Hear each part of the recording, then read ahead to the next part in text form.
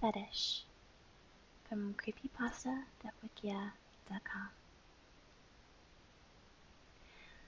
It didn't take long for me to realize that something was amiss.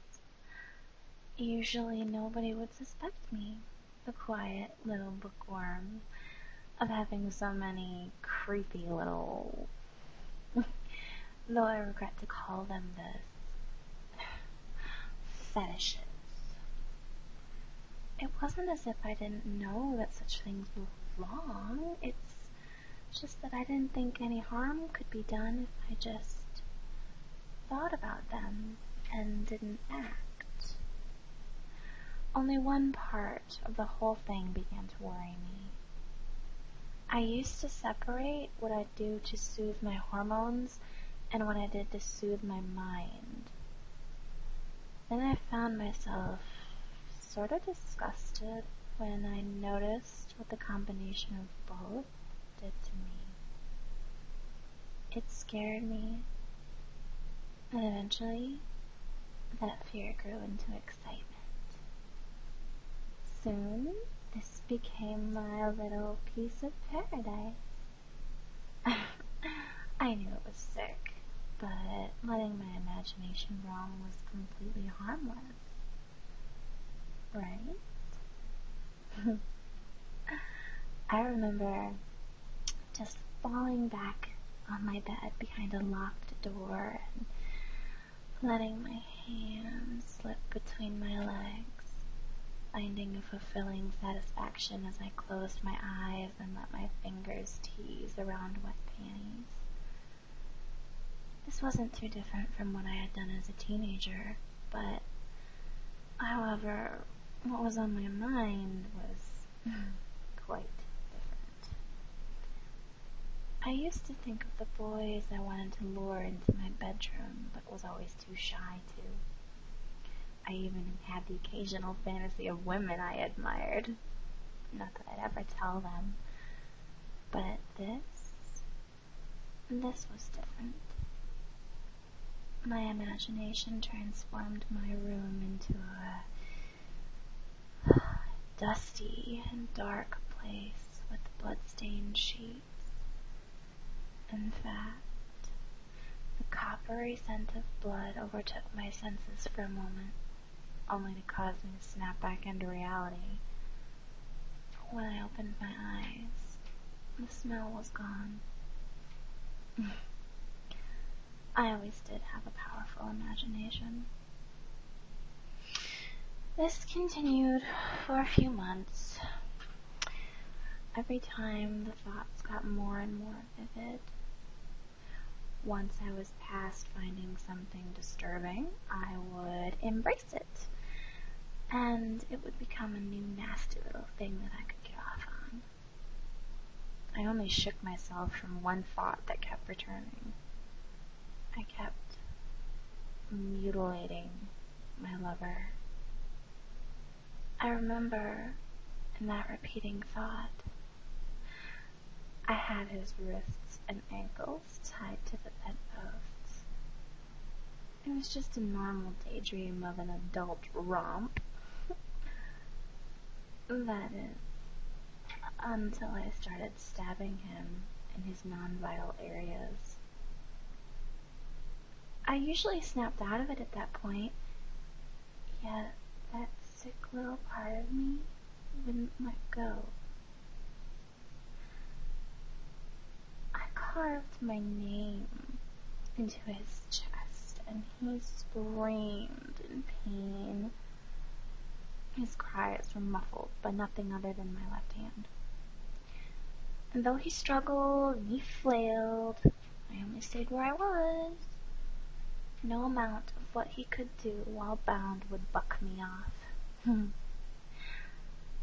I admired my work, removing my left hand from his mouth. Of course, he began to accuse me of being a crazy bitch. I refused to hear it at all. I grabbed a pillow and held it over his face until his body quit thrashing. He had lost consciousness. I I tossed the pillow aside and looked down at him. He looked like he was sleeping. He looked so peaceful. Normally something like that would warm my heart, but there was something wrong. He wasn't smiling. I drew my knife across his mouth, carving a smile into his face. He woke just as I was finishing, screaming and thrashing all over again. Oh, I just wanted to look at him. I wanted to see that pretty smile. I wanted to see my name and the way that it marred his perfect white skin. But he wouldn't let that happen. I kissed his bloody mouth, and the last thing it did was soothe him like it used to. He cried, and I licked away the tears. The tears and blood mixing only made my heart race. It was like I was in love for the first time. I opened my eyes this time. I opened them, and then I saw that it wasn't my imagination anymore. I pulled my mouth from his and stared down at him. Tears continued to streak down his cheeks, and the fresh wounds I had left on his face were still bleeding. What about all those other things I dreamed of? Had I done those too? I stared down into those accusing eyes. I could hear him trying to tell me something, but he was too hoarse from his screams to even speak. For some reason, I felt no regret. I knew I should, but I didn't. A grin began to creep over my face. I felt the corners of my lips being tugged at, even though I knew this was no time to be smiling. Still half naked, I leaned over to him only to whisper sweetly, "Baby, you have made me so happy." Afterwards, I curled my arms around him to sleep. I don't know what made me do that.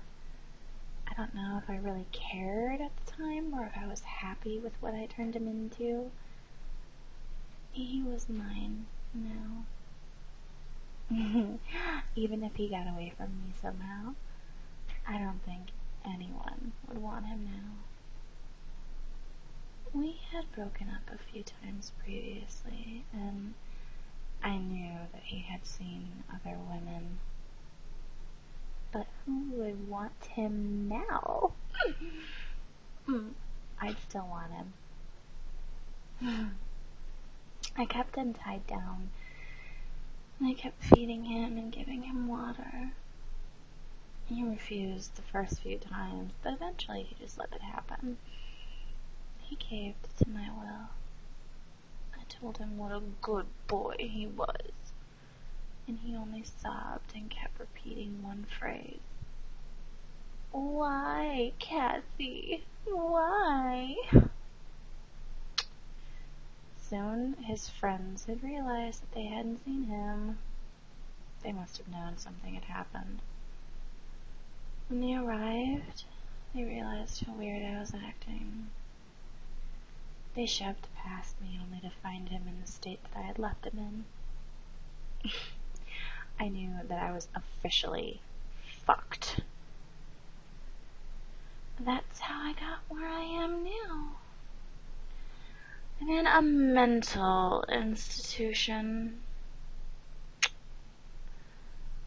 I never heard from Jason again. But now I have other focuses. I close my eyes and my fantasies come to life. I'm actually quite happy this way. I only regret one thing. I wish I could taste the combination of blood and tears again.